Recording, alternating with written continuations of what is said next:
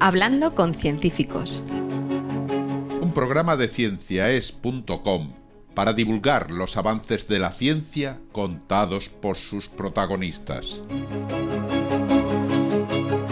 Con Ángel Rodríguez Lozano.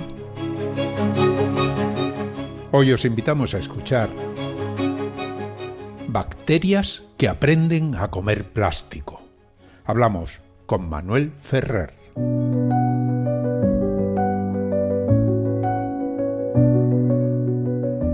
El plástico que usamos en las botellas y envases tarda siglos en degradarse y contamina mares, ríos y suelos. Pero, ¿y si unas bacterias pudieran comérselo? Manuel Ferrer, nuestro invitado en Hablando con Científicos, es uno de los investigadores del CSIC que, junto a sus colegas del Centro de Computación de Barcelona, han logrado enseñar a la bacteria Escherichia coli, una bacteria muy común en los laboratorios, a degradar el plástico. La clave ha estado en una técnica que combina inteligencia artificial, supercomputadores y CRISPR, el famoso corta y pega genético. En lugar de añadir genes de otras especies, los científicos reprogramaron las propias proteínas de Escherichia coli para que aprendiera a romper el plástico. ¿Y cuál fue el resultado? Pues bueno, la bacteria consiguió deshacer nanopartículas de plástico y transformarla en compuestos que incluso se pueden reutilizar. Por ahora es solo una prueba de concepto, como llaman los científicos, pero abre un camino fascinante, el de crear microbios recicladores capaces de liberarnos de la montaña de residuos que amenazan el planeta.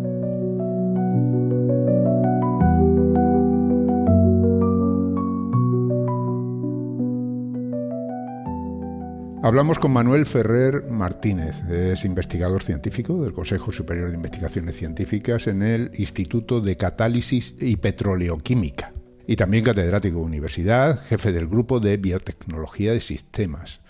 Y le hemos llamado para hablar de un artículo muy interesante que se ha publicado en Trends of Biotechnology, en el que se habla de reprogramar bacterias para que aprendan a degradar plásticos. Esto sin emplear un ADN externo. Bueno, ahora nos lo explicará. Ante todo, un saludo. Muchísimas gracias, Manuel, por participar en Hablando con Científicos. Hola, buenos días. Un placer para mí estar en el programa. Hablamos de reprogramar bacterias para que aprendan a degradar plásticos. Bueno, ¿qué tipo de plástico? Cuando hablamos de plástico hay tantas clases que quizás conviene empezar por ahí, ¿no? Sí, vamos. Coincido contigo que la verdad es que cuando hablamos de plástico, pues hay muchos tipos y lo vemos a diario. No es lo mismo el plástico de una botella de agua que el de una bolsa que cogemos en el supermercado. Y en particular nosotros trabajamos en el tereftalato de polietileno, que es un plástico, es un polímero que se utiliza comúnmente en la fabricación prácticamente de todo lo que nos rodea, desde botellas a envase de alimentos y fibras textiles. Y básicamente la diferencia respecto a otros plásticos es que pertenece a la familia de los llamados poliésteres. Se obtienen a partir de dos moléculas muy sencillas, que es el ácido tereftálico y el polietileno, y a través de un proceso de polimerización se forma un enlace éster que posteriormente es fácil de degradar, entre comillas, a diferencia de otros plásticos como el polietileno o el polipropileno, que es una cadena de carbonos y entonces no tiene ningún grupo reactivo y por lo tanto son muy difíciles de romper. Entonces, el tereftalato de polietileno, a diferencia de otros plásticos, es que tiene justamente este enlace poliéster que lo hace posible de degradar y es justo ahí en lo que trabajamos y nos centramos, y además es uno de los plásticos más presentes en el medio ambiente como contaminante, y por eso yo creo que es bastante importante el diseño o implementar tecnologías que permitan degradarlo. O sea que cada vez que compramos una botellita de agua, de estas que se compran en cualquier sitio precisamente para poder aguantar este verano tan tórrido que hemos tenido, estamos utilizando ese tipo de plástico, ¿no? Justo, sí. No sé si recuerdas, hace unos años hubo unos contenedores en Galicia con pellets con pellets plásticos. Sí, lo recuerdo, porque me llamó la atención. Los pellets son como pequeñas esferas o cilindros de plástico de tamaño pequeño, de unos milímetros, y que sirven como materia para la fabricación de esos envases y botellas y demás, ¿no? Y en 2023, en diciembre, se produjo un derrame, o sea, un barco perdió unas cuantas de toneladas de estos pellets y se dispersaron prácticamente por toda la costa, contaminando una gran parte de las costas de Galicia. Ese es el tereftalato de polietileno puro. Entonces, esos pellets luego se funden y con unos aditivos adecuados que están homologados es de donde se producen ya las botellas. Justamente, es simplemente para que los que nos escuchan vean la diferencia entre esos pellets, que la botella al final viene de esos pellets que acabaron en nuestras playas en Galicia. Entonces, bueno, pues al final se funden, se añaden una serie de aditivos para que se haga todo moldeable y a partir de ahí pues se forma la botella. Pero sí, la mayoría de las botellas con las que nos encontramos están hechos de PET original o bien, como llaman, PET hecho de otras botellas, porque se ha reciclado. Y el gran problema es que, bueno, son muy duraderos, ¿no? Sí. O sea, aparte de sus capacidades, que se pueden hacer transparentes, de que podemos tener la botellita de agua sin que el agua se salga, evidentemente todas esas cosas, pero lo malo es que una vez que van al vertedero, como se queden en el vertedero, ahí aguantan muchísimo tiempo, ¿no? Sí, porque aunque comentaba al principio que tienen un enlace éster que lo hace rompible, entre comillas, es muy duradero. Y el problema fundamental es que es muy difícil de degradar a temperaturas inferiores a 60 grados, que es la temperatura de transición donde el plástico ya empieza a verse como un poquito moldeable. Entonces, claro, como la mayoría de nuestro medio ambiente está a temperaturas muy inferiores a esos 60 grados, imaginemos temperatura ambiente pues en cualquier océano, cualquier río, en suelos donde acaban la mayoría de estos plásticos, hay temperaturas muy inferiores y entonces, aunque hay microorganismos que producen enzimas que degradan este tipo de plástico, realmente lo hacen a una velocidad extremadamente lenta porque a esa temperatura el plástico es tan rígido que las enzimas, la mayoría de las enzimas no lo degradan, aunque hay algunas que sí lo hacen. O sea que hay ya en la naturaleza algunas bacterias, entiendo, que degradan ese tipo de plástico, Sí. pero que lógicamente su eficacia comparada además con la cantidad de plástico que generamos a lo largo de poco tiempo, lógicamente no dan abasto, ¿no? Digamos, Claro, para degradar sí. esto. Sí, lo que tenemos que pensar es la rapidez que ha tenido la naturaleza de adaptarse a una molécula que no existía hasta hace 100 años.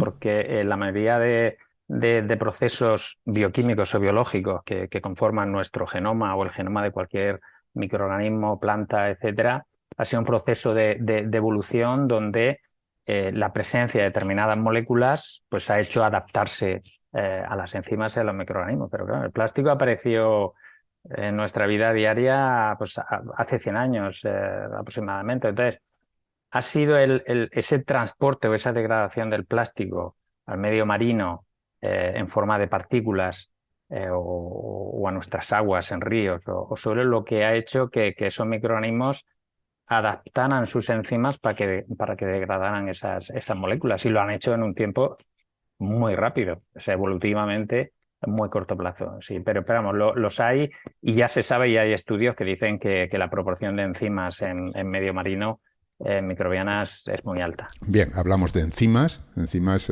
son ciertas moléculas que generan esas bacterias y que entiendo que atacan ese tipo de plásticos en concreto. Y cuando hablas de lo degradan, entiendo que lo que hacen es romper las moléculas, ¿no? Sí, justamente. Si lo degradan fundamentalmente, la mayoría de ellas lo degradan en los dos componentes principales. Para que nos hagamos una idea de cómo funciona una enzima que degrada plástico.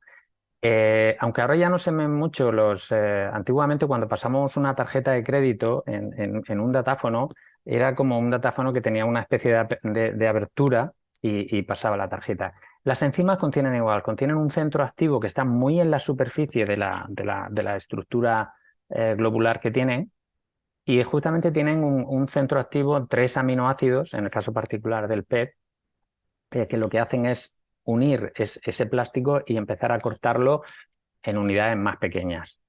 Y entonces es como una tarjeta de crédito. El plástico va pasando por el centro activo que tiene una especie de hendidura y poco a poco, cada vez que pasa por ese centro activo, que es el responsable del corte, pues lo va cortando. Entonces lo puede cortar en tamaños más grandes o más pequeños, dependiendo del tipo de enzima y la forma de la hendidura o cómo está expuesto hacia el exterior. Pero básicamente al final, independientemente de que lo corten en trozos más pequeños o más grandes, al final incluso los trozos más pequeñitos los siguen cortando y entonces al final la mayoría de ellos acaban en las moléculas que originalmente se utilizan en la industria para producir el tereftalato de polietileno, que son el ácido tereftálico y el etilenglicol. Ajá. O sea que ese es el objetivo, llegar a esas moléculas. ¿Y esas moléculas ya no son contaminantes? O sea, ya se pueden degradar mejor. ¿Existen más bacterias que las puedan degradar y convertir en algo que sea inocuo? Claro, a nivel industrial, el objetivo es utilizar estas enzimas para producir esas moléculas y directamente con esas moléculas ya volver a hacer la repolimerización para volver a formar el plástico y hacer nuevas botellas. Que es lo que se llama botellas hechas de otras botellas. Pero en la naturaleza sí ya hay microorganismos que son capaces de metabolizar ese etilenglicol y ese ácido tereftálico. O sea, que eso... Hay microorganismos, no todos los microorganismos son capaces de hacerlo, pero ya hay microorganismos que son capaces de metabolizarlo. O sea que entonces la estrategia consiste en, digamos, animar a ciertos microorganismos para que hagan ese trabajo de una manera más eficiente. O sea, claro, que los naturales, porque iríamos demasiado despacio al ritmo que estamos generando esos plásticos. Claro, efectivamente. ¿No? Y esas tecnologías se han utilizado ya, ¿no? Pero utilizan, según dices en el artículo, genes externos a esas bacterias, con lo que tenemos ahí organismos que han sido modificados genéticamente, pero con genes externos a ellos, ¿no? Claro, justo. En la naturaleza existen bacterias o existen microorganismos en general que son capaces de degradar este plástico tipo PET. Lo que pasa es que, claro, fuera de su entorno, cuando tratamos de hacer un proceso industrial, imaginemos, o una planta depuradora para quitar microplásticos o nanoplásticos, pues fuera de su entorno natural, esos microorganismos no crecen bien y no funcionan bien. Entonces, plantear tecnologías biotecnológicas para la eliminación o reciclado de plásticos utilizando esos microorganismos que se encuentran en la naturaleza no es muy acertado. Entonces, ¿qué es lo que hacemos entonces? Pues la mayoría de la gente ha optado por utilizar bacterias o microorganismos, modelo que se utilizan ampliamente en los laboratorios en la industria, que crecen muy bien, de las que disponemos un montón de herramientas de biología molecular, de biología sintética, que nos permiten modificarlo, pero el problema es que esos microorganismos como la bacteria Escherichia coli pues no tienen capacidad de degradar plástico. Entonces, la única forma de que una bacteria hasta ahora degradara plástico era incorporarle esa enzima o ese gen de una bacteria que de forma natural sí degrada PET y coger ese microorganismo de ese gen de ese microorganismo natural y introducirlo en nuestra bacteria modelo, que sabemos que crece muy bien y se puede producir a escala industrial sin problema. Pero claro, siempre estamos hablando de utilizar una bacteria modelo de laboratorio e introducirle un gen externo, por las connotaciones éticas que lleva el hacer un organismo genéticamente modificado y las implicaciones o problemas que la inserción de un gen externo a la propia bacteria, por ejemplo, puede tener, porque puede tener un efecto en su crecimiento y en su metabolismo que hay que estudiar en cada caso, porque si a una bacteria le introducimos un gen externo, pues dependiendo de la naturaleza de ese gen externo, podemos afectar de una manera u otra al crecimiento o al metabolismo de esa bacteria. Entonces, así es como se ha hecho tradicionalmente. Si queremos que una bacteria que no transforma una molécula o no degrada un plástico lo haga, no nos queda más remedio hasta ahora. La única forma era introducirle un gen de otro microorganismo que sí degrada. Ajá, bien. Eso es lo que había hasta ahora, pero llegáis vosotros y dais un paso novedoso en ese sentido, que consiste en reprogramar lo que ya existe dentro de esa bacteria. A ver, ¿cómo es eso? Cuéntanoslo. Claro, nosotros, voy a resumirlo. Después de muchos años de ciencia hemos acumulado un montón de información sobre las enzimas que degradan plástico. Sabemos dónde tienen localizados normalmente los centros activos, que están en la superficie, sabemos los aminoácidos que participan en la catálisis, sabemos la geometría de esos centros activos, cómo tienen que estar orientados para que de forma eficaz degraden plástico. Y entonces lo que nos propusimos el profesor Víctor Guallart del Centro de Supercomputación de Barcelona y nuestro grupo del CSIC fue, bueno, pues con todo este conocimiento, ¿por qué no hacer proteínas artificiales? Es decir, coger una proteína que no degrada plástico y utilizar programas de simulación para ver si esa proteína tiene algún hueco donde se pueda acumular el plástico.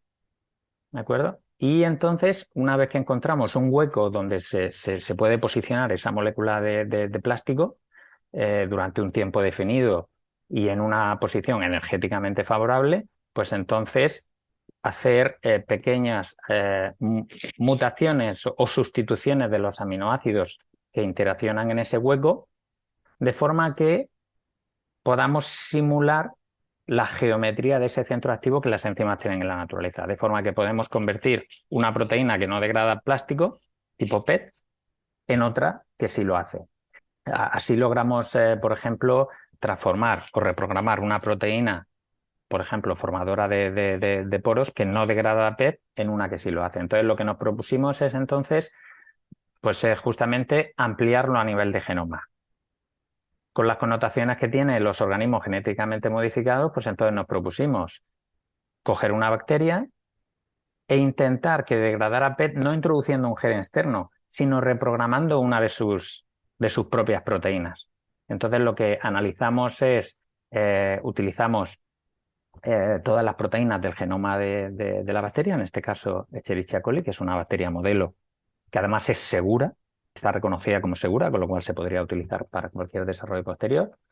Y entonces, con las herramientas de inteligencia artificial que hay para la creación de modelos estructurales, como AlphaFold, que está tan de moda, produjimos los modelos correspondientes, las estructuras tridimensionales, y al final lo que hicimos fueron simulaciones con moléculas tipo plástico para ver dónde encontrábamos huecos donde se podían acomodar esos plásticos y luego transformarlos en centros activos que degradaran plástico. De esta forma logramos transformar o reprogramar algunas proteínas de la propia bacteria en proteínas que sí degradaran plástico, de forma que simplemente si utilizamos posteriormente herramientas de edición genómica tipo CRISPR, pues podemos sustituir la proteína nativa de esa bacteria por otra versión con 2 o 3 mutaciones, de forma que pudiéramos transformar la bacteria en una que sí degradara PET sin introducir ningún gen externo. Y dado que solo se introducen 2 o 3 mutaciones en el genoma, pues se podría considerar que esa bacteria no es genéticamente modificada. Ajá, bien, bueno, ahí hay unas diferencias sutiles, ¿no? que entran muchísimos factores. Pero vamos a seguir con eso. Hablas de analizar todas las proteínas de una bacteria. ¿Cuántas proteínas tiene una bacteria de estas?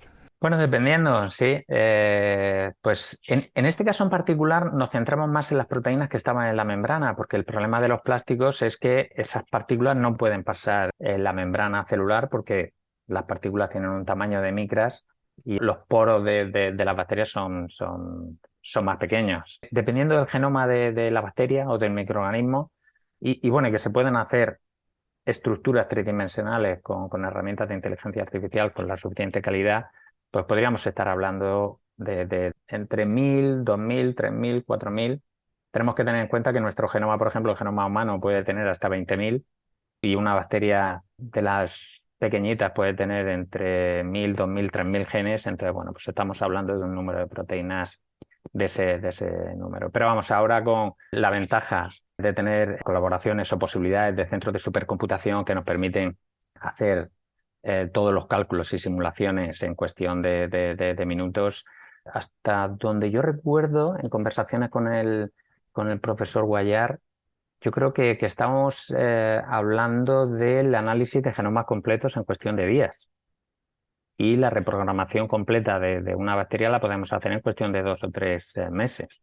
Eso yo creo que hubiera sido impensable hace 5 años. Nosotros cuando empezamos a hacer el primer diseño de una proteína artificial de estas características, yo creo que nos llevó 1 año o 2. O sea, realmente todos los desarrollos de supercomputación, herramientas de simulación, inteligencia artificial, AlphaFold, nos permite hacer ahora los cálculos en tiempos muy pequeños, de forma que un genoma de entre 1.000 o 5.000 proteínas, incluso el genoma humano, se podría analizar en cuestión de meses ahora. Ajá. Bueno, pues ya tenemos ahí la bacteria, ¿no? Tenéis que buscar las proteínas adecuadas. Cuando hablamos de proteínas, estamos hablando de moléculas que están, digamos, en sus genes, que los genes son los que contienen la fórmula de esa proteína, que luego fabrica la bacteria y es esa proteína luego la que puede degradar el plástico, ¿no? Es esa secuencia más o menos. Así que tenéis ahí un conjunto de proteínas muy grande, por lo que veo, y solo computacionalmente y con una supercomputadora realmente se pueden analizar todas las posibilidades, porque tendréis que ir mirando ahí, digamos, cada proteína trozo a trozo para buscar ese lugar adecuado, ¿no? Sí, sin un superordenador sería prácticamente imposible. De hecho, nosotros cuando analizamos todas las proteínas, puede haber distintos huecos dentro de la misma proteína donde el plástico puede acomodarse. O sea, porque básicamente lo que hacemos es, una vez que tenemos la estructura tridimensional de la proteína, lo que hacemos es simplemente hacer que la molécula tipo PET se ponga en contacto con la proteína, y entonces, mediante un proceso de simulación donde las dos moléculas, tanto la molécula de PET como la de proteína, vibren, y entonces ese plástico puede encontrar diferentes huecos donde acomodarse. Encuentra un hueco superficial y entonces se acomoda bien en la superficie. Entonces, dentro de cada proteína, pues puede haber, por ejemplo, 2, 3, 4 huecos o ninguno. Que en muchos casos no tenemos ningún hueco porque el plástico es demasiado grande o la molécula no tiene ningún hueco, es súper rígida y entonces no se puede acomodar. Y en otras, sin embargo, podemos tener 2, 3 o 4 huecos. Y luego, posteriormente, una vez que se acomode en el hueco, tenemos que hacer un ranking. Porque, por decirlo en una palabra normal, lo interesante es que la molécula esté lo más cómoda posible. Y entonces podemos hacer un ranking en base al tiempo en el que esa molécula se posiciona en ese hueco y la energía, es decir, el grado de comodidad que tiene esa molécula en ese hueco, pues podemos hacer un ranking donde consideramos que el hueco tiene más probabilidades de que finalmente pueda convertirse en un centro activo. O sea que es de alguna manera conseguir que exista una atracción, digamos, entre ese plástico y la molécula de la superficie de la bacteria, ¿no? Que exista ahí una atracción que les permita ponerse en contacto. Todavía no estamos hablando de cortarlas ni nada parecido. O sea, simplemente es que exista una atracción entre ellas. Sí, yo no sé si es el símil adecuado, pero es muchas veces cuando nos sentamos en un sofá, estamos leyendo un libro o estamos escuchando este podcast, no siempre estamos en una posición cómoda. Es decir, nosotros estamos sentados, pero podemos cambiarnos un poco la posición dentro del sofá hasta encontrar una posición en la que estemos realmente cómodos. Pues esto es lo que se hace con la supercomputación y con las herramientas de simulación tipo Pele, que son las que se utilizan en el grupo del profesor Guayar. Básicamente encontrar ese hueco y esa posición en la que realmente la molécula esté cómoda. Y se puede hacer un ranking porque puede haber muchísimas posiciones y entonces, bueno, a través de ese ranking, pues nosotros sabemos por dónde empezar. Vale, o sea que ya con ese proceso lo que hacéis es seleccionar ya un conjunto de proteínas que son los sofás idóneos para esa molécula, ¿no? De plástico. Sí. Así que una vez que tenéis ya eso, ahora, ¿qué hacéis? Claro, lo siguiente es ver qué aminoácidos dentro de ese hueco, qué aminoácidos de la proteína están interaccionando o están más cerca del plástico. Cuando hablas de aminoácidos, recordemos que esos aminoácidos son, digamos, los bloques básicos con los que se construye la proteína, ¿no? Hay 20 clases de aminoácidos que se van uniendo y que forman, dependiendo de la disposición que tengan entre ellos, una proteína determinada. Sí.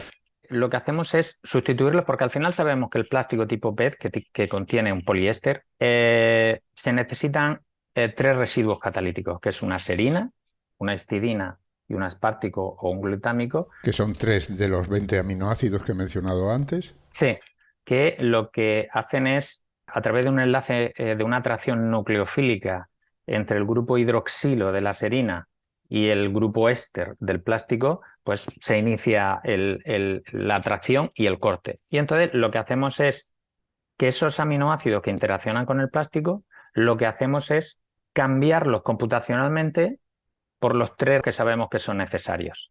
Y entonces, pues imaginemos que hay 3 o 5 o 10 aminoácidos de ese hueco que están a una posición de 1, 2, 3 Armstrong de ese plástico, con lo cual sabemos que van a interaccionar, pues lo que hacemos es computacionalmente sustituir esos aminoácidos por estos 3 que se necesitan hasta encontrar en qué aminoácido tenemos que producir qué sustitución, qué mutación, serina, histidina o aspartico, para hacer que la distancia de enlace sea la óptima para que haya un corte. Y entonces lo que hacemos desde entonces nuevamente hacer un ranking, de decir, pues bueno, pues estas posiciones son las que hay que cambiar, o estas otras. Y entonces al final pues tenemos un listado de mutaciones que como máximo serán 3, porque se necesitan 3 aminoácidos. Porque de forma natural algunas veces pasa que la proteína contiene en ese hueco una serina, por ejemplo,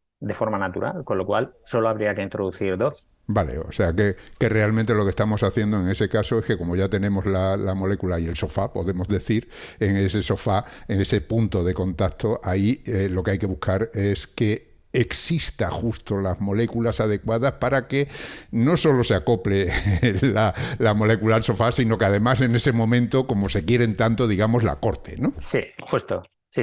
Pues, sí, así estaría bien resumido. Sí. Bueno, pues ya que hablamos de sofá, vamos a tomarnos un pequeño descanso y volvemos enseguida.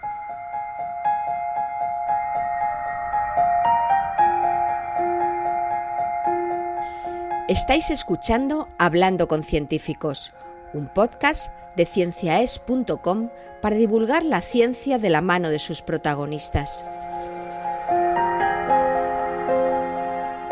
En nuestra página web, cienciaes.com, podéis encontrar más de 500 entrevistas con científicos de todas las disciplinas. Os invitamos a escucharlas y compartirlas en redes sociales con vuestros amigos y conocidos. Cienciaes.com ofrece un conjunto de podcasts de acceso libre y gratuito a través de iTunes, Spotify, Google Podcasts, iVoox, TuneIn y muchas más plataformas. Todo en cienciaes.com.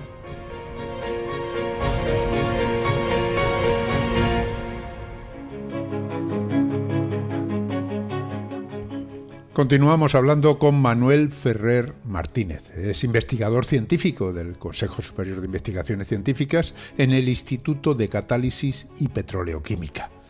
Es además catedrático de universidad y jefe del grupo de biotecnología de sistemas. Y estabas explicando cómo, mediante métodos de computación, evidentemente, se han probado multitud de posibilidades para hacer que una proteína que ya existe en la bacteria y que tenga una característica especial, que al entrar en contacto con el plástico se acople a él. Ponías el ejemplo de cuando nos sentamos en un sofá, y introduciendo unas mutaciones muy concretas se consigue que esa enzima que hemos modificado pueda degradar el plástico, es decir, pueda cortar la molécula de plástico en moléculas más pequeñas y empezar así a degradarlo. Pero claro, estamos hablando de métodos computacionales, porque la cantidad de posibilidades a probar es inmensa. Todavía no nos hemos metido, digamos, en el laboratorio a fabricar los enzimas y mucho menos a modificar esa bacteria, ¿no?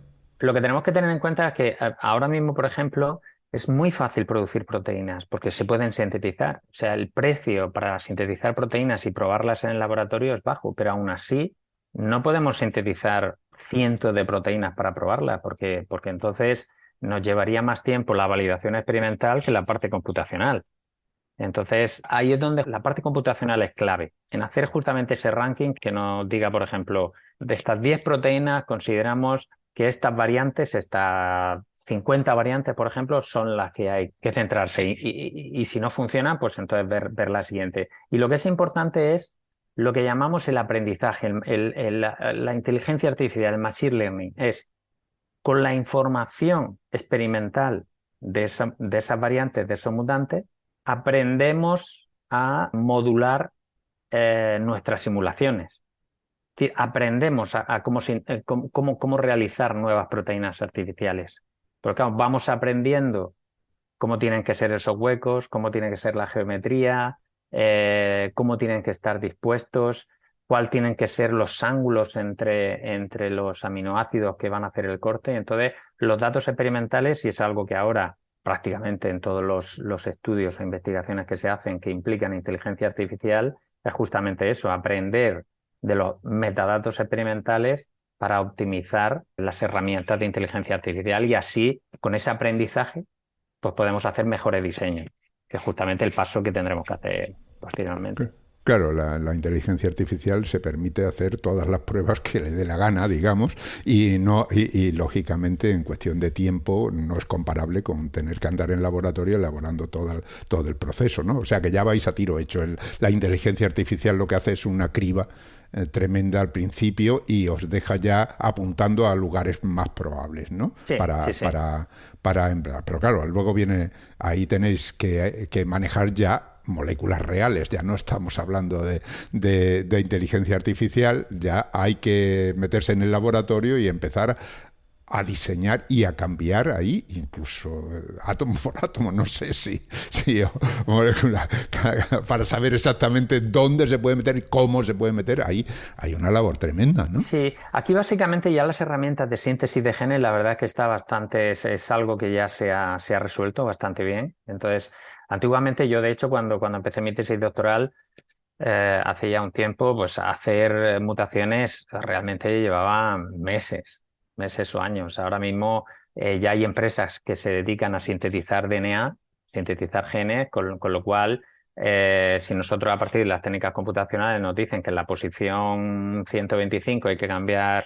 un aminoácido por una serina, en la posición 525 por otro, directamente nosotros sintetizamos esa secuencia y una vez que sintetizamos la incorporamos en lo que se llama un plásmido, que es un trozo de DNA sintético que utilizamos para incorporar a una bacteria para que produzca la proteína de interés, y entonces lo que sintetizamos es la proteína nativa que no contiene esas mutaciones que nos han sugerido desde los análisis computacionales y luego las variantes que en teoría computacionalmente se predicen como que pueden degradar plástico, de forma que siempre vamos a tener la comparativa. Ese proceso actualmente, la síntesis de decenas o cientos de genes se puede hacer en un tiempo relativamente sencillo y corto. O sea, ahora podemos estar hablando de que desde que nosotros empezamos la síntesis de un gen hasta que tenemos el gen en el laboratorio, pues puede pasar aproximadamente 3-4 semanas. O sea, que bueno, y luego ya, pues bueno, lo que es la producción y los ensayos in vitro, que digamos, pues pueden llevar también un par de meses. O sea, que bueno, tampoco tanto la parte computacional como la parte de síntesis de genes no es algo que requiera demasiado tiempo. Entonces, bueno, yo creo que está resuelto y pese a ser complejo, yo creo que ya incluso hay empresas que se dedican a la síntesis de genes. Vale. O sea que, bueno, en ese caso ya tenemos, digamos, el punto de ataque. Queremos degradar un plástico concreto, tenemos unas proteínas que pueden interactuar y que pueden cortar ese plástico. Hay que modificar los genes adecuados en la bacteria para que fabriquen esa proteína. Esos genes hay que introducirlos en la bacteria y luego hay que ver si funciona, ¿no? Porque claro, hasta ahí todo es teórico, ¿no? Sí.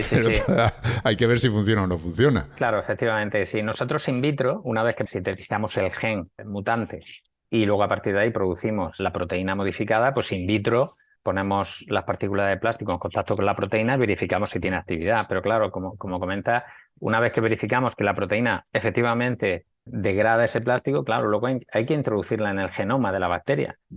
Porque la idea no es introducirla como convencionalmente se hace con un plásmido externo, con un trocito de DNA que contiene pues un gen de resistencia a antibiótico y nuestro gen de forma que podamos introducirlo en la bacteria, ¿no? Nuestra idea es sustituir el gen nativo del genoma por el gen modificado.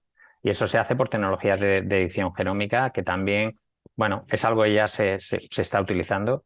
De hecho, ya se utilizan estas tecnologías se utilizan también para curar enfermedades en humanos, también se utilizan en plantas y se utilizan en microorganismos. Y bueno, pues básicamente tenemos nuestro gen viene codificado en un ARN y entonces lo que se hace es pues justamente poner en contacto una molécula de ARN con el genoma de la bacteria y luego una vez que se reconocen, pues añadir una enzima que lo corta y lo sustituye por el gen mutante, con lo cual, bueno, al final tenemos una bacteria. Eso nos puede llevar actualmente, yo creo que entre 2 y 3 meses actualmente. Y entonces, bueno, pues al final tenemos una nueva bacteria que es exactamente igual que la anterior, que la que teníamos originalmente, pero con 2 o 3 mutaciones en un gen en concreto, con lo cual, en principio, el siguiente paso sería, bueno, pues vamos a ver si estas 2 o 3 mutaciones, que son muy pocas si estamos hablando de miles de genes, pues puede tener un efecto en la bacteria a nivel de crecimiento.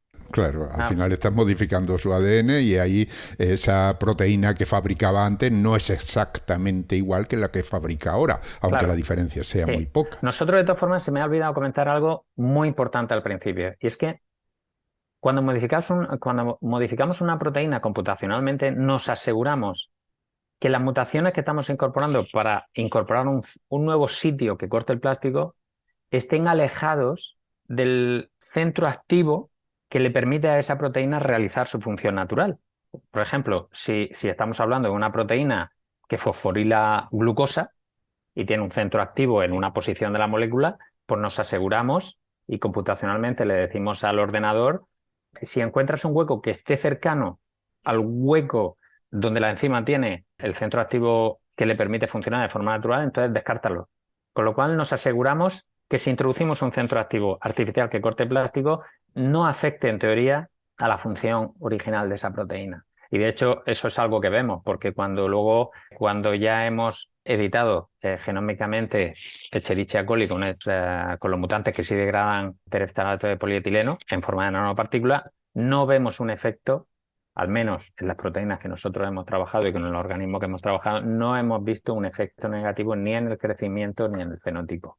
Con lo cual, consideramos que la tecnología permite una ventaja frente a las técnicas convencionales, porque en las técnicas convencionales es introducir también por CRISPR un gen exógeno, externo al genoma, o bien con un plásmido, también externo, un trocito de DNA sintético. Pero en muchos casos, y nosotros lo vemos en el laboratorio, hay un efecto considerable en lo que es el crecimiento de esa bacteria, con lo cual, si queremos implementarlo, por ejemplo, en un proceso industrial, realmente eso tendría efecto negativo. Pero vamos, eso depende de caso a caso. Sí que es verdad. O sea, no hay que decir que si aplicamos esta tecnología a todas las proteínas no vamos a encontrar ningún efecto. Depende de la localización de esa proteína y de si hay un efecto en esas mutaciones que pueda haber. Pero vamos, en principio, nosotros hasta el momento no hemos encontrado ningún efecto negativo. Vale, o sea que eso quiere decir que vosotros, una vez que tenéis esa bacteria, digamos, modificada genéticamente, en el sentido de que se le han añadido esas mutaciones nada más en una proteína que es de la propia bacteria, y ahí está lo importante, se multiplica normalmente, la podéis tener en laboratorio y veis que no tiene ningún efecto en la vida normal digamos, de la bacteria. La diferencia es que cuando se le añade esos plásticos, tiene una, digamos, función más. Sí, justamente eso, sí, es su función y otra adicional, sí. Y además la ventaja que tiene, por ejemplo, al utilizar una bacteria modelo como Escherichia coli, que crece muy bien a temperatura ambiente, es que esa proteína funciona muy bien a esa temperatura, con lo cual cuando encuentre un plástico lo va a degradar, en teoría, de forma eficaz a esa temperatura. O sea, con lo cual podríamos pensar por ejemplo, en sistemas de degradación o de reciclado de PET prácticamente a 30-37 grados. Bueno, sabemos que los procesos de degradación de plásticos son complejos porque el plástico tiene demasiada rigidez. Entonces, bueno, pues ahí podríamos aplicar esto mismo a una bacteria que fuera, por ejemplo, termófila, de forma que pudiéramos degradar plástico, por ejemplo, rediseñar o reprogramar una bacteria que crezca a 60 grados y como sus proteínas son estables a 60 grados, pues podríamos asegurarnos de degradar plástico a 60 grados.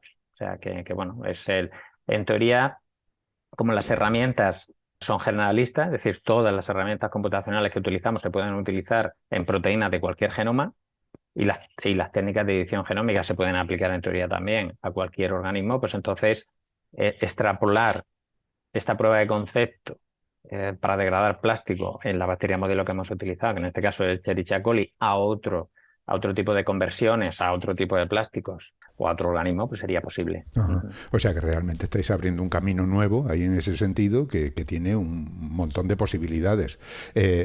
Claro, hay cuestiones laterales que influyen mucho en el desarrollo de todas estas investigaciones, ¿no? Porque sabemos que hay por ahí problemas con los transgénicos, quizás no problemas reales, pero sí legales, en Europa concretamente, y este organismo realmente no se puede considerar transgénico en ese sentido. No.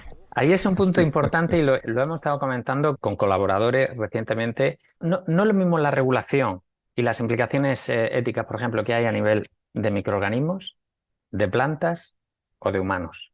Y, por ejemplo, la regulación de lo que se puede llamar una planta transgénica o no está cambiando ahora. De hecho, va a cambiar ahora.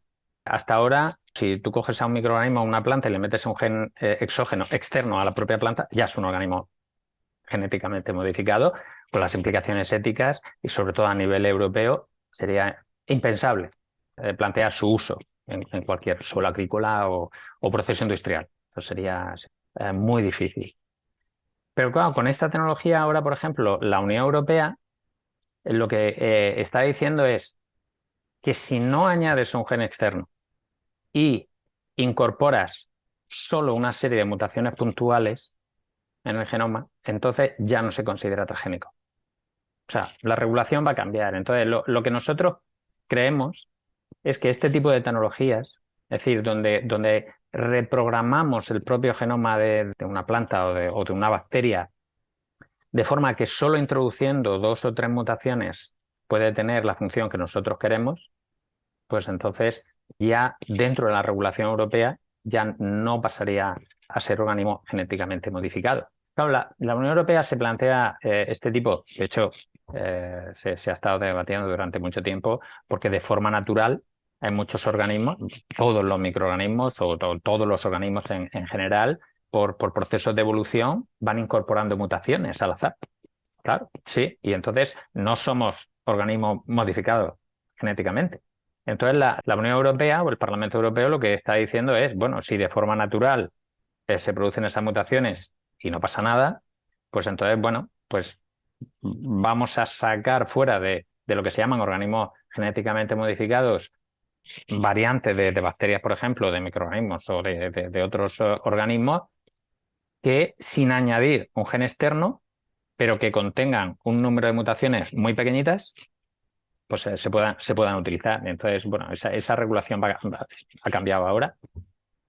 Y entonces, bueno, pues herramientas de este tipo yo creo que vienen pues como anillo al dedo a lo que es el diseño de organismos que sin añadirle nada externo, con todos los condicionantes éticos en los que pudiéramos incurrir, pues se pudieran modificar de forma que hagan algo que nosotros queremos o simplemente les ayuden a ser más estables en condiciones o degradar algún contaminante o crecer para producir cualquier producto. O sea, ahora mismo las bacterias, por ejemplo, se utilizan, Escherichia coli se utiliza incluso para producir vainillina, que es la molécula que está en la vainilla.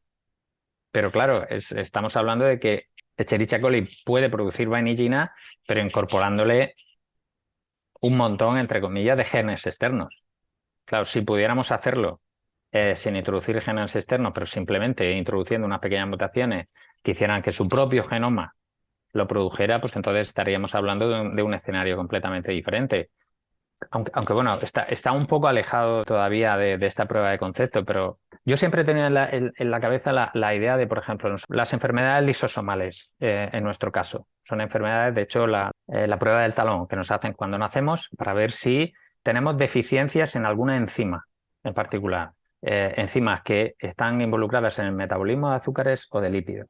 Ya sabemos ahora que nuestro genoma, cuando tiene deficiencia en una enzima en particular, puede hacer que de mayor podamos tener una enfermedad lisosomal, que puede tener un montón de problemas. Pues bien, esa gente que tiene la enfermedad lisosomal, entonces hay que darle suplementos de esas enzimas. Pero claro, si nosotros fuéramos capaces de, por ejemplo, de reprogramar una de nuestras propias proteínas para que pudieran hacer esa función sin necesidad de añadir nada externo, ese sería un ejemplo claro de una de las aplicaciones a nivel médico, por ejemplo, de utilizar la tecnología que hemos implementado. O sea, por hablar ya, por hacer una transferencia de lo que es una bacteria como hemos utilizado en el laboratorio a un organismo ya complejo como el nuestro, y un caso particular, porque las enfermedades lisosomales están asociadas a la deficiencia en una enzima en particular, que no tenemos algunas personas. Y entonces, bueno, pues ahí abordar la reprogramación desde dentro, pues siempre sin incorporar ningún elemento extraño, yo creo que siempre Sí. es deseable. O sea que, nada. Sí, es un camino nuevo. Bueno, volviendo a la bacteria, a la degradación de plástico, supongo ya que ya tenéis que con todo este proceso llegáis a una bacteria que ha sido reprogramada, que es capaz de degradar el plástico. ¿Qué resultados habéis obtenido ahí? Claro, nosotros, la primera versión de proteínas y de la bacteria diseñada, la mejor de las proteínas que hemos encontrado está justamente en el periplasma de la membrana. ¿El periplasma qué es exactamente? El periplasma es justamente cuando estamos hablando de cualquier organismo, como nuestra piel, pues el periplasma es la zona de la membrana que queda entre la piel externa e interna. O sea, que está por debajo de la superficie. Justo. Vamos. O sea, sí. no está en la superficie, sino por Justo, debajo. sí. Uh-huh. Entonces, bueno, de hecho, la membrana de bacterias tipo Escherichia coli pues son una serie de lípidos que lo que forman pues es una membrana, una piel externa de contacto con el exterior, y una piel, entre comillas, interna, donde está ya todo el citoplasma. Y justamente ese espacio que queda es el periplasma. Pues bueno, pues nuestra proteína pues estaba localizada en el periplasma, y entonces la única posibilidad que había de probar in vivo que esa bacteria degradaba PET era utilizando nanopartículas. Las nanopartículas sí que pueden entrar por los poros de las membranas, y entonces esos poros cuando llegan al periplasma y encuentran a esta proteína reprogramada, pues entonces lo degradaba. Entonces, los resultados que obtuvimos era que si producíamos o utilizábamos partículas de tereftalato de polietileno que tenían alrededor de entre 2 y 4 nanómetros a 37 grados y en un tiempo de 24 horas, esta bacteria era capaz de degradar casi por completo estas nanopartículas. Y además, si complementábamos esta bacteria reprogramada con otros genes que también metabolizaban los productos de degradación resultantes, que eran el ácido tereftálico y el etilenglicol, pues lo que hacíamos era que la bacteria, además, no solo degradara las nanopartículas de plástico, sino que también utilizara los productos de degradación para crecer. Ajá, o sea, como alimentos. Claro, a medida que degradaba plástico, pues crecía y degradaba más. Ajá. Entonces, bueno, pues al final, y podíamos producir también un producto de alto valor añadido, porque utilizaba el etilenglicol resultante de la degradación de las nanopartículas para crecer como fuente de carbono, y el ácido tereftálico lo podíamos transformar en un producto de alto valor añadido, que es un compuesto fenólico, que es el protocatecuato, que es un antioxidante, que se puede utilizar para muchísimas cosas, y es además un compuesto interesante para la industria química. O sea que bueno, y al final es justamente eso, la posibilidad de hacer que la bacteria degradara PET y al mismo tiempo utilizar unos productos de degradación para crecer, lo que hacía era potenciar la degradación, porque la bacteria crecía y al tener más biomasa degradaba más. Muy interesante. ¿Y el siguiente paso cuál es? El siguiente paso es, y en lo que estamos trabajando es, intentar hacer los mismos diseños, pero no con una proteína de membrana, sino con una proteína que la bacteria expulsa al exterior o que sea de la membrana externa, de forma que pudiera degradar no solamente las partículas pequeñas, sino las partículas más grandes, de forma que se pudiera utilizar pues, para cualquier sistema de degradación en medio natural, porque en el medio natural la mayoría de las nanopartículas que tenemos no tienen un tamaño tan pequeño, de 2 nanómetros. O sea, tienen un tamaño más grande. Entonces, bueno, pues la idea es utilizar la misma tecnología para reprogramar otras proteínas que estén localizadas en la membrana, por ejemplo, de forma que puedan degradar partículas más grandes. Claro, que ya simplemente por contacto puedan declarar el plástico. Justo. Ajá. Sí. Nosotros, o sea, para hacer una idea, o sea, no recuerdo exactamente, pero yo creo que entre unos 10 y 40 millones de toneladas de plástico acaban en nuestros suelos, océanos o incluso en el aire, que tienen un tamaño entre micras y nanómetros. Entonces, bueno, pues diseñar una bacteria que no solamente degrade in vivo, o sea, de forma que crezca y degrada al mismo tiempo, no solamente partículas de tamaño de nanómetros, sino cientos de nanómetros, por ejemplo, pues sería ideal porque eso es el tamaño medio de las partículas que se pueden encontrar en el medio ambiente. Bueno, eso sería una verdadera maravilla, ¿no? Porque además, si se alimentan del plástico y crecen y se reproducen más plástico que degradarían.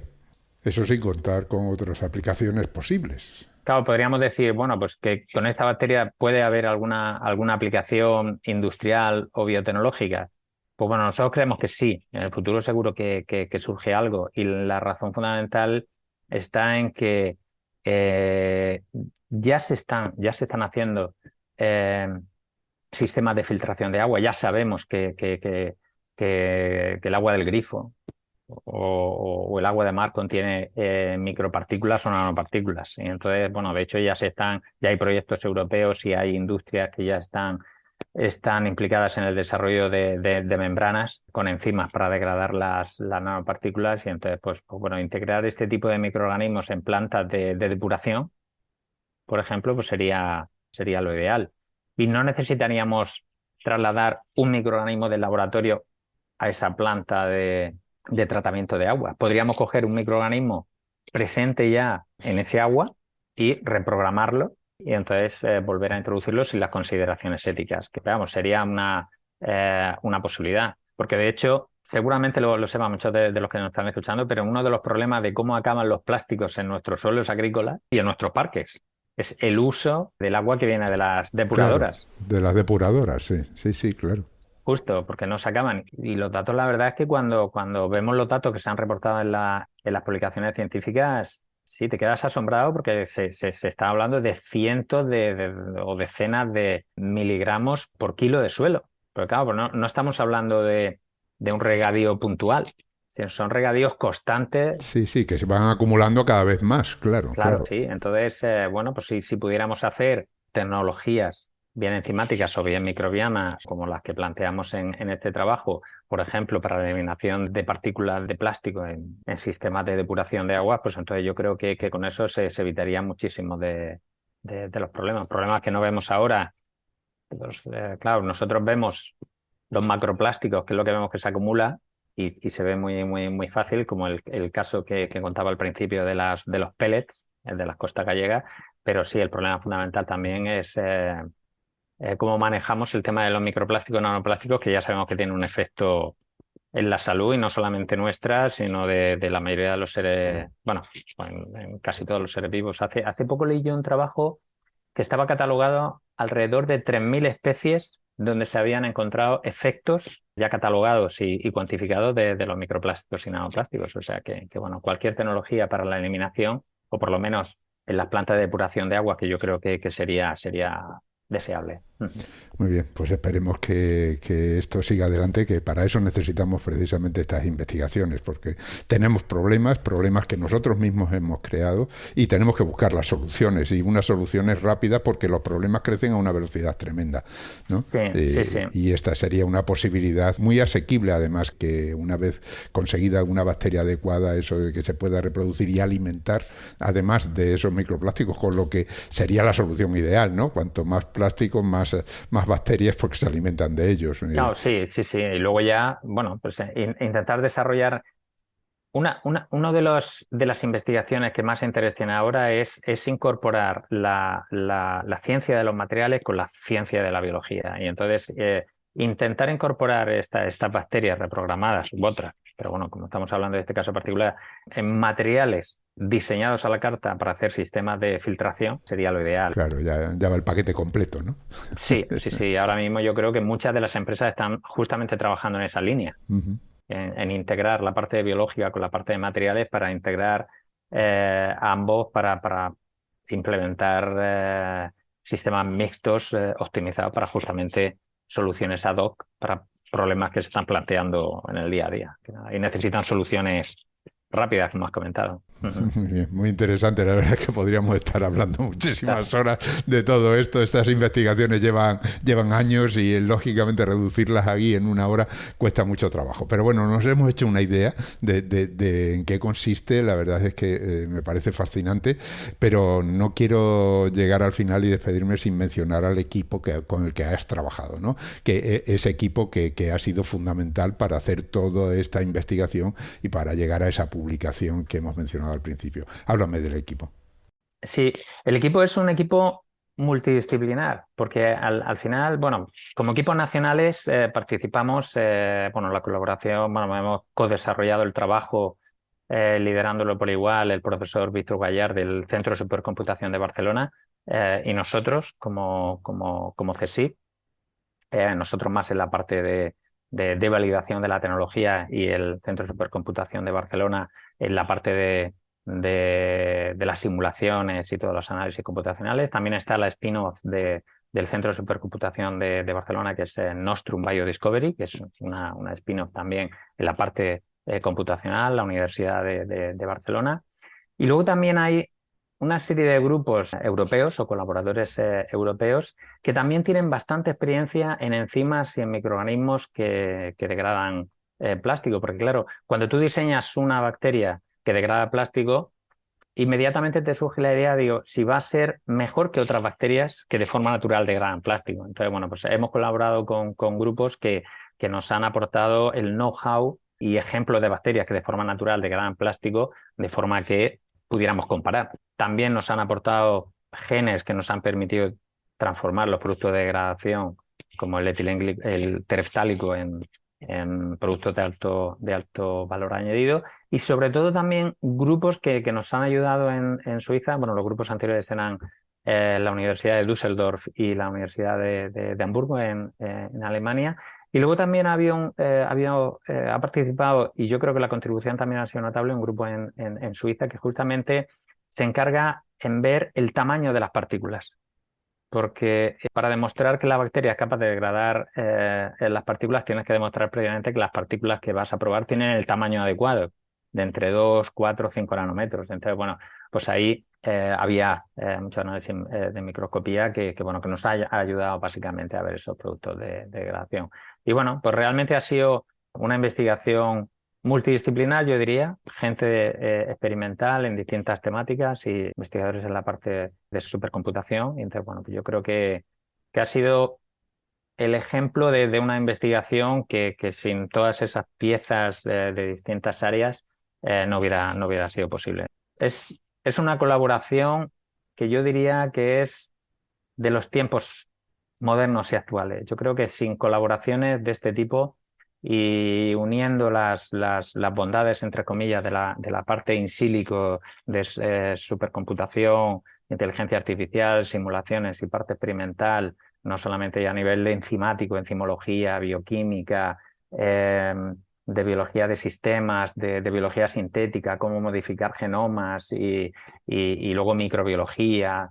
Y pues sin todo ello, yo creo que hubiera sido imposible. Y yo creo que ese tipo de colaboraciones multidisciplinares, yo creo que son la clave de las investigaciones modernas, yo creo. Claro, son las claves para afrontar problemas de este tamaño, ¿no? Que al final son problemas que afectan a toda la Tierra y que le tenemos que poner coto de alguna manera, porque si no vamos de mal en peor.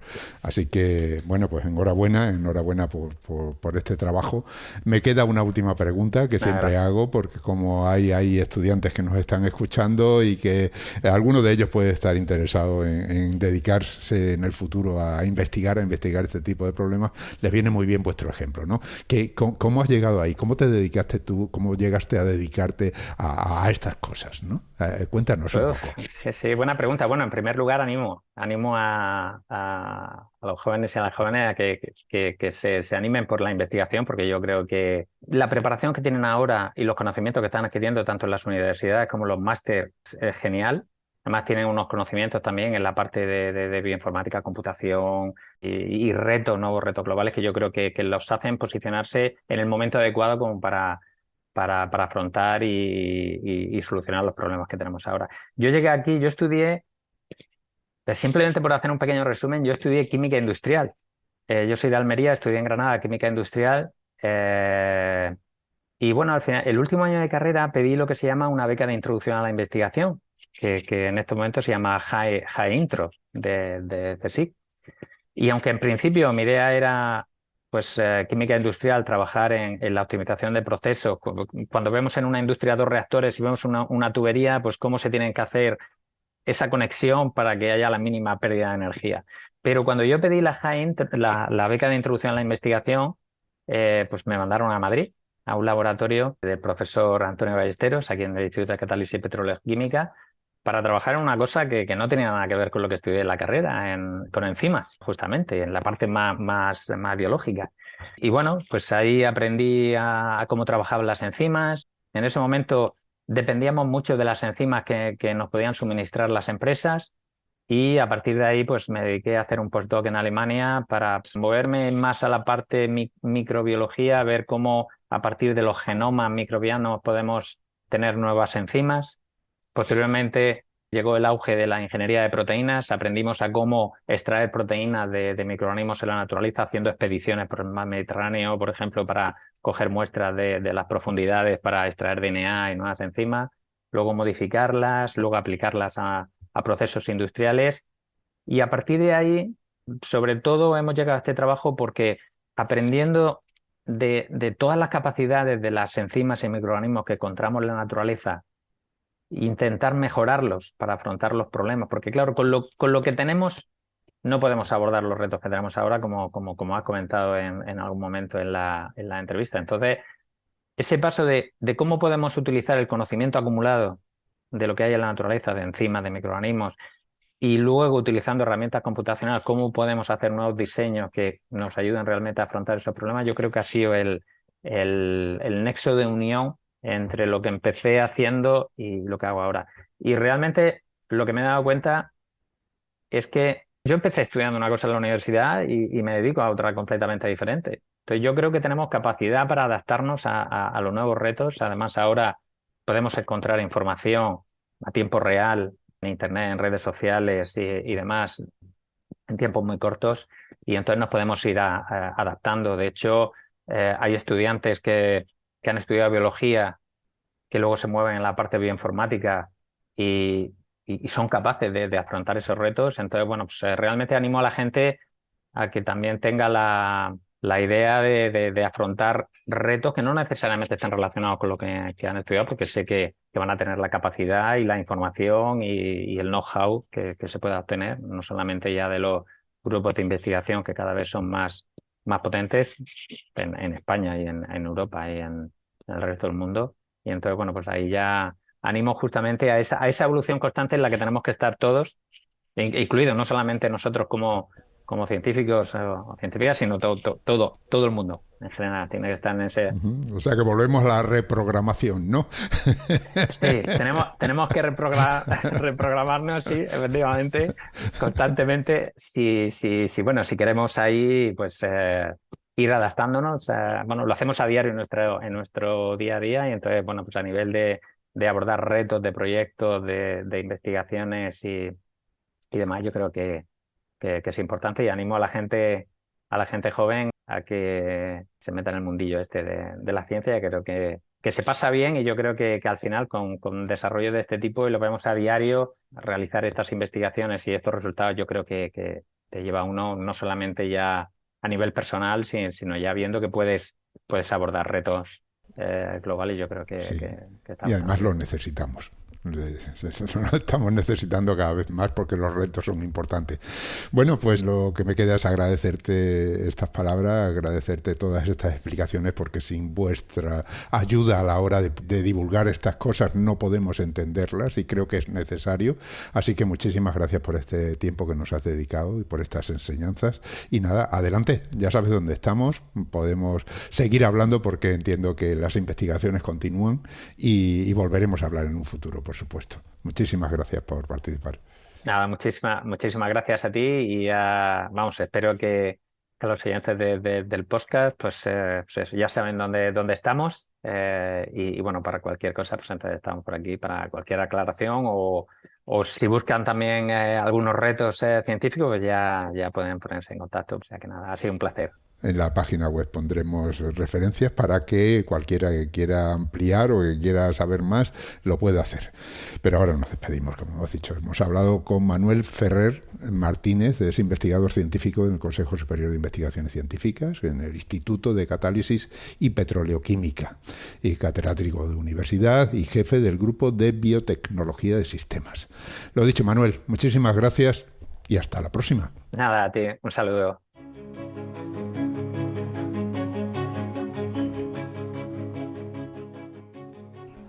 Y como siempre, antes de despedirnos, tengo que recordaros que Hablando con Científicos y el resto de los podcasts de cienciaes.com son posibles gracias a vuestras donaciones. Es nuestra única fuente de ingresos. Así que, si escuchas nuestros programas, si te gustan y todavía no te has unido al grupo de mecenas, ánimo, únete. Visita cienciaes.com, pulsa el botón de donar y elige cualquiera de las opciones que ahí se ofrecen. Han escuchado ustedes Hablando con Científicos, con Ángel Rodríguez Lozano. Cienciaes.com, ciencia para escuchar.